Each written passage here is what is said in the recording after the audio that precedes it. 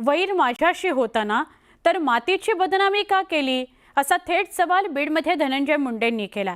राष्ट्रवादी काँग्रेसचे प्रदेशाध्यक्ष सुनील तटकरे यांच्या उपस्थितीत बीडमध्ये निर्धार मेळावा आयोजित करण्यात आला होता। या मेळाव्यातून धनंजय मुंडे यांनी विरोधकांवर निशाणा साधला। यावेळी त्यांनी खास शायरीतून विरोधकांना डिवचलं। बऱ्याच दिवसांनी मी बोलतोय, न बोलण्याची माझी डबल सेंचुरी झाली आहे। 200 दिवस न बोलता काढले आहेत। या 200 दिवसांमध्ये ज्या ज्या गोष्टी झाल्या त्यापैकी एक गोष्ट मला नक्कीच जिव्हारी लागली, ती म्हणजे आपल्या बीड जिल्ह्याची बदनामी। ज्यांनी कोणी केली, भलेही तो बीडच्या मातीतला असेल, बीडच्या मातीच्या बाहेरचा असेल, त्यांना एवढंच सांगायचंय, वैर जर माझ्याशी होतं तर मग मातीची बदनामी का, असा सवाल धनंजय मुंडेंनी केला।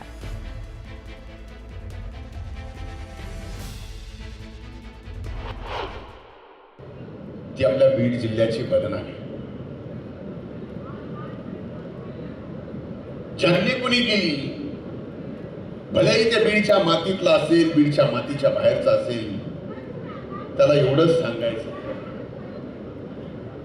वैर माझ्याशी नव्हतं। वैर जर माझ्याशी होतं तर माझ्या या मातीची बदनामी का। जुबान काट लो, लहजा बदल नहीं सकता। अरे मुझे भी मोम का पुतला समझ रहे हो क्या? अरे मुझे भी मोम का पुतला समझ रहे हो क्या? तुम्हारी लोह से ये लोहा पिघल नहीं सकता।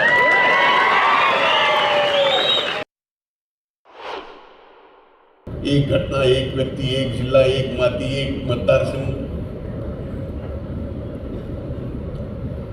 अशा पद्धतीने बदनामी केली। त्यांच्या प्रती 4 ओळी म्हणणारा आणि माझं भाषण मी संपवणार। तुम्हारी सोच के साचे में ढल नहीं सकता। तुम्हारी सोच के साचे में ढल नहीं सकता। जुबान काट लो, लहजा बदल नहीं सकता।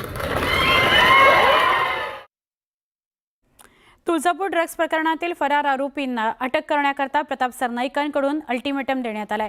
15 ऑगस्ट पूर्वी सगळ्या आरोपींना अटक करण्याच्या सूचना पालकमंत्री प्रताप सरनाईक यांनी दिल्या आहेत। या प्रकरणातील सगळ्या आरोपींवर मकोका अंतर्गत कारवाई केली जाईल असंही समोर येत आहे। तुळजापूर ड्रग्ज प्रकरणामध्ये 13 आरोपी अजूनही फरार आहेत। हे आरोपी देशाबाहेर गेलेत का, असा सवाल पालकमंत्र्यांनी केलाय। आतापर्यंत 13 आरोपी अजूनपर्यंत सापडलेले नाही। आता हा घटना घडल्यानंतर FIR दाखल झाल्यापासून बरेच 4 ते 5 महिन्याहून जास्त कालावधी झाल्यानंतर सुद्धा 13 जर आरोपी सापडत नसेल, ते काही परदेशामध्ये गेले का, भारताच्या बाहेर गेले का, नाही, हे राज्यातच आहे, राज्याच्या आसपास ते असणार। त्यामुळे त्यांना अल्टिमेटम दिलेला आहे की 15 ऑगस्टमध्ये जेव्हा बैठक या संदर्भात होईल तेव्हा तोपर्यंत जास्तीत जास्त आरोपी त्यातले किंवा सगळे आरोपी पकडले गेले पाहिजे, अशा सूचना मी केलेल्या आहेत। शिवसेना उभाठाचे आता 20 आमदार असून त्यातील 8 ते 10 आमदार आमच्या संपर्कात आहेत। 8 आमदार योग्य वेळी शिवसेनेत प्रवेश करतील, असा गौप्यस्फोट केला केंद्रीय मंत्री प्रतापराव जाधव यांनी। योग्य वेळ आली की उद्धव ठाकरे गट रिकामा झालेला दिसेल, असा दावा त्यांनी केलाय। उद्धव ठाकरेंचा पक्ष रिकामा झाल्यावर राऊतांना बोलण्याकरता तोंड राहणार नाही, असा टोला जाधवांनी लगावला। दरम्यान शिंदेंच्या शिवसेनेच्या संपर्कात असलेले ते 8 आमदार कोण, याची आता चर्चा होते आहे।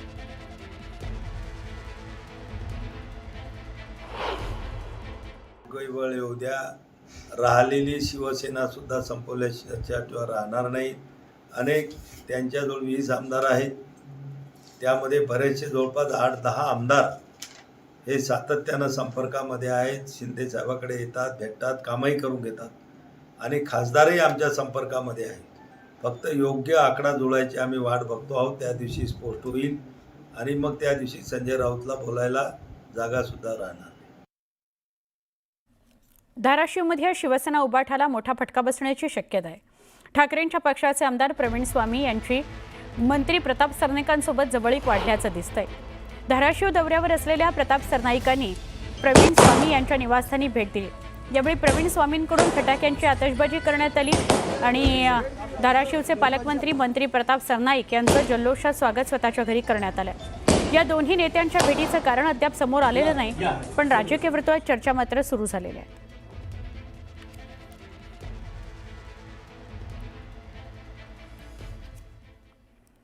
उमरग्यामध्ये शिवसैनिकांमध्ये जुंपल्याचं बघायला मिळत आहे. पालकमंत्र्यांच्या स्वागताकरता लावलेल्या बॅनरमध्ये फोटो नाही म्हणून शिवसैनिकांनीच हे बॅनर फाडले.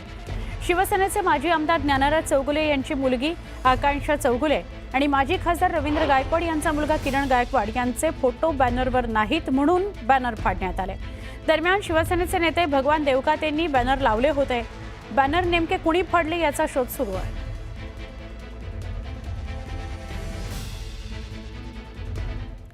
रायगडच्या पालकमंत्रीपदाचा वाद सुरू असताना राज्यात आणखी एका पालकमंत्रीपदावरून महायुतीमध्ये वादाची ठिणगी पडली आहे. सध्या शिवसेनेचे प्रतापराव सरनाईक धाराशिवचे पालकमंत्री आहेत. जिल्ह्याचा पालकमंत्री बदला अशी मागणी भाजप आमदार राणा जगजितसिंग पाटील यांनी मुख्यमंत्र्यांकडे केली आहे. राणा पाटील आणि सरनाईक दोघेही धाराशिवच्या वृक्ष लागवडीच्या कार्यक्रमात एकत्र आले होते.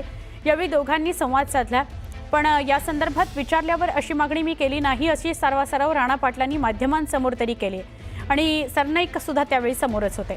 यावेळी सरनाईकांना मात्र मौन बाळगलं. माध्यमांमधून यांनी वाद नसल्याचं जरी चित्र दाखवलेलं असलं तरी सुद्धा त्यांच्या देहबोलीतून अंतर्गत वाद आहे असंच चित्र जाणवत होतं.